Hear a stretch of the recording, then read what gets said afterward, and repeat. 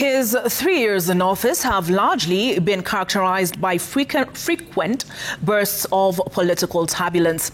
Just 2 years into his administration, President William Ruto got rid of his deputy, Rigathi Gachagua, in a year that also saw him dismiss his entire cabinet amid pressure from Gen Z-led protests. But how has the president navigated the storm? Our political affairs reporter, Emmanuel To, takes us on a journey of Ruto's troubled 3-year presidency. This was perhaps the lowest moment of his 3-year presidency.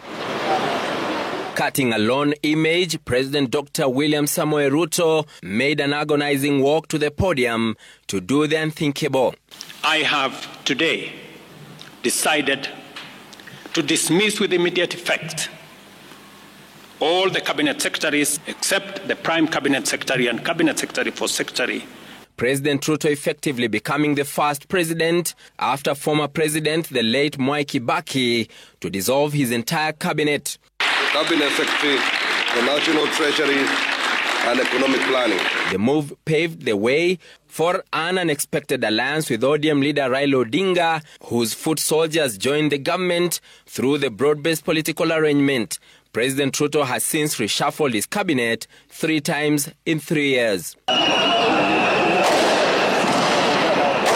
The changes in government was a result of intense pressure from the historic Gen Z-led anti-government protests, with the youth up-soured to action by what they termed a punitive finance bill 2024. A year on, it seemed the dust had not settled. The June 25th anniversary and the Sabasaba protests will turn to be a bigger headache for the president, with about 60 people killed in a span of 2 weeks alone. Perform my functions in the said office. May I request that we take it again, please? His troubled relationship with his former deputy Rigathi Gachagua also proved to be a pivotal moment of the 3 years in office. William Samoei Ruto.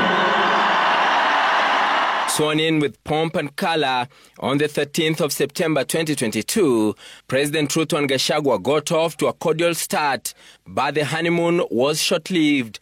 I concede, and therefore I will not sign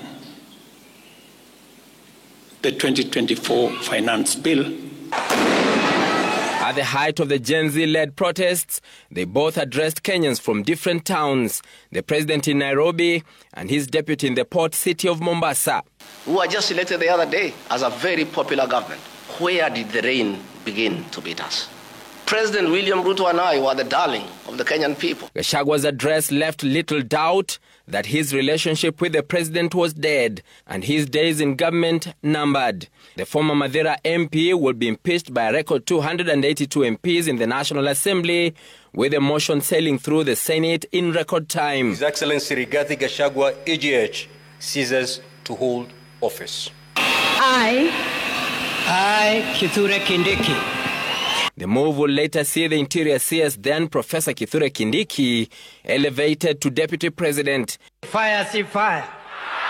The fire, see fire. The noma, see noma.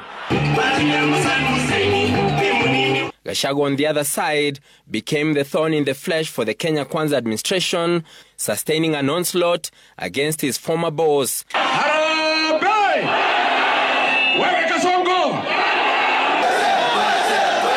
With temperatures for the next general election already rising by the day, it is almost clear the president is using a different strategy to weather the storm and is cementing his partnership with ODM chief Raila Odinga in what proves to be a do-or-die race for the presidency in 2027.